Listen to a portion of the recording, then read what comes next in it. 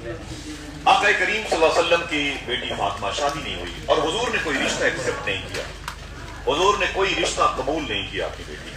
آج پہلی مرتبہ مدینہ منورہ کی زمین پر دو لوگ نکلے جن کو صدیق اکبر عمر فاروق یاد رکھتے ہیں۔ میری بہنیں ان باتوں کو یاد رکھیں، جنہیں صدیق و عمر کہتے ہیں۔ سبحان اللہ، جب یہ دونوں نکلے نا تو آپس میں کہا یار فاطمہ کے لیے ایک لڑکا ہے مدینے، ایک مدینے میں کیا ہے زمین پر ایک ہی ہے، کیا بات ہے، کیا بات ہے، اس کا نام کیا ہے؟ مولا علی۔ مجھے بولے مولا علی۔ بولے ہاں یہ رشتہ مجھے قبول ہے۔ اب اس بات کو آگے کیسے بڑھاتے ہیں؟ کیا بات ہے، کیا بات ہے۔ تو معلوم ہے یہ دونوں گئے کہاں پر؟ مولا علی کے پاس۔ مولا علی کا بزنس کیا تھا؟ عرب پتی میں، بامبے میں اور اٹلی میں اور برج خلیفہ میں ان کے فرینڈس نہیں تھے، سمجھے بھائی آپ؟ ان کی پلاٹنگ میں کوئی ایسا بزنس نہیں تھا۔ عبد الرحمن بن عوف جیسے صحابہ کے پاس اتنے سونے تھے کہ اسے انتقال کے وقت ہتھوڑے سے کاٹ کاٹ کر کے بانٹا گیا تھا، اتنی دولت علی کے پاس نہیں تھی۔ علی کا بزنس کیا تھا؟ مدینے پاک کے پہاڑوں سے گھاس کاٹ کاٹ کر کے مدینے کی منڈی میں بیچا۔ ہم بھی اپنی بیٹی کی شادی کسی غریب سے نہیں کرنا چاہتے، آپ بھی نہیں کرنا چاہتے، لیکن دعا کرو اس رشتے کی وجہ سے اللہ ان کو غریب رکھے لیکن ان کے ایمان کو مضبوط رکھے۔ جب یہ دونوں گئے مخدومہ اور فاطمہ کی رشتے کی بات کی علی سے کرنے کے لیے نا تو وہ گھاس کاٹ رہے تھے، سلام دعا بعد کھڑے ہوئے کیسے آنا ہوا بھائیو دوستو؟ تو صدیق عمر نے کہا اے علی تیرے رشتے کو لے کے آئے۔ سبحان اللہ، بولے سبحان اللہ۔ اے علی تیرے رشتے کی بات۔ علی فرماتے مجھ غریب سے رشتہ کون سا کیا بات ہے۔ جس کی انگلیوں پہ خیبر نہ چاہو، جس نے مرحب جیسے پہلوان کے جسم کے دو ٹکڑے کیے۔ میں نے کہہ دیا آپ نے سن لیا، لیکن مرحب ہے کون؟ علی ایک طاقت کیسی ہے ہمیں کسی کو اندازہ نہیں، کسی کو علم نہیں ہے۔ مرحب اتنا بڑا پہلوان تھا کہ اونٹ کے چمڑے کو، خشک چمڑے کو بچھاتا تھا زمین اور اس پر کھڑا ہو جاتا تھا۔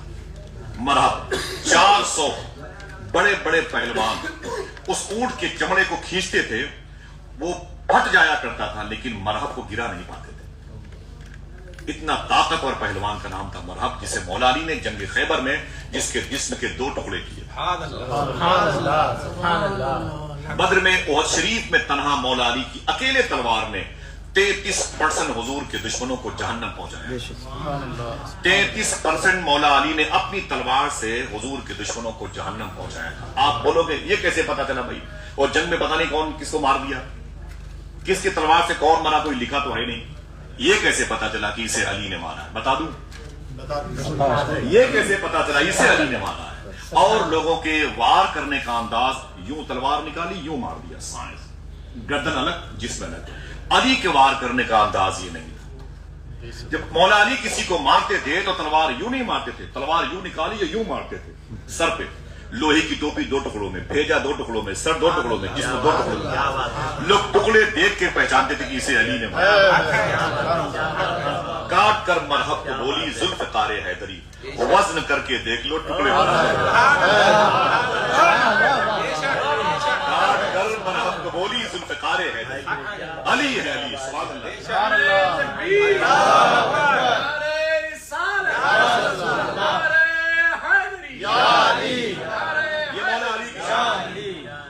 بازو میں بڑی طاقت تھی، میرے بھائیوں کو بہت ساری بات یاد ہے، آپ بھی سنیں، بڑی طاقت تھی۔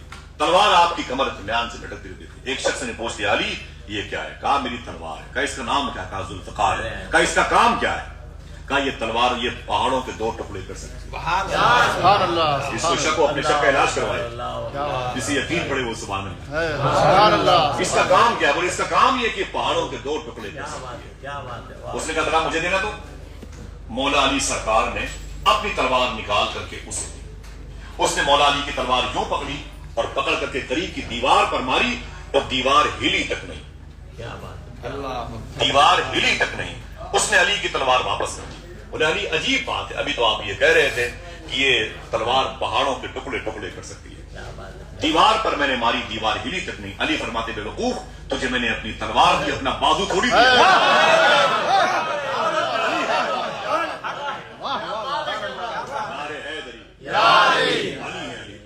اتنی بڑی شان کے مالک ہے سرکار۔ کسی نے باب العلم کہا حضور نے، آپ ہیں کہاں پر؟ علم کا شہر۔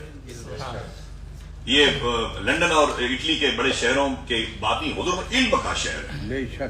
علم کا گھر نہیں کہا، علم کا شہر کا۔ اللہ اوپر، شہر 2-4 کلومیٹر نہیں ہوتا، شہر جو ہے اللہ اللہ اللہ۔